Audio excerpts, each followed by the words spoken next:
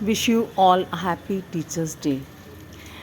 Teaching is not just a profession, it's a passion. Being a primary teacher, आज मैं आपके सामने अपनी बात रखना चाहती हूँ।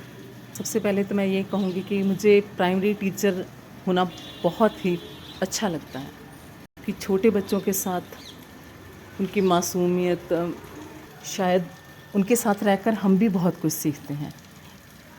टीचिंग प्रोफेशन अब थोड़ा टफ़ होता जा रहा है, तो उसके पीछे क्या रीज़न्स हैं, इस पे बात करना चाहती हूँ। टीचिंग जो है, टीचर बच्चे को वो पहला कदम रखने में मदद करता है जो कि उसको समाज के साथ जोड़ता है।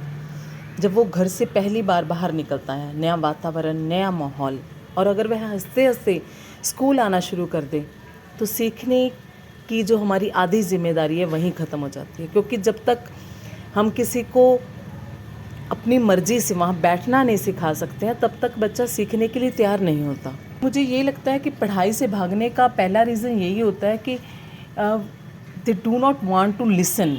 अगर वो सुनना ही नहीं चाहते किसी बात को, तो वो बात उन तक ना पहुंचती है और ना ही वे सीखते हैं।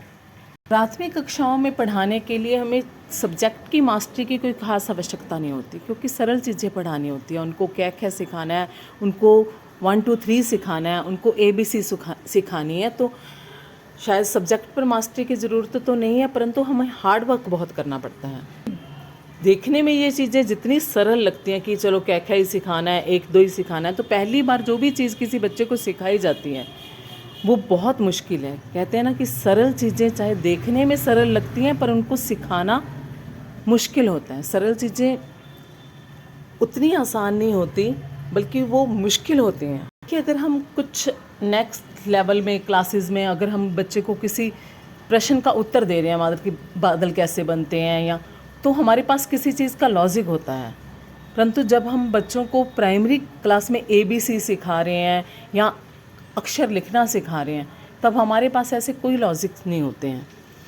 तो ये चीज़ें सिखानी बहुत मुश्किल लगती हैं।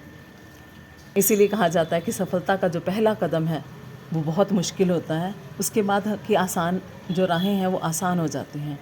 तो सभी टीचर्स को, सभी को दिल से हैप्पी टीचर्स डे।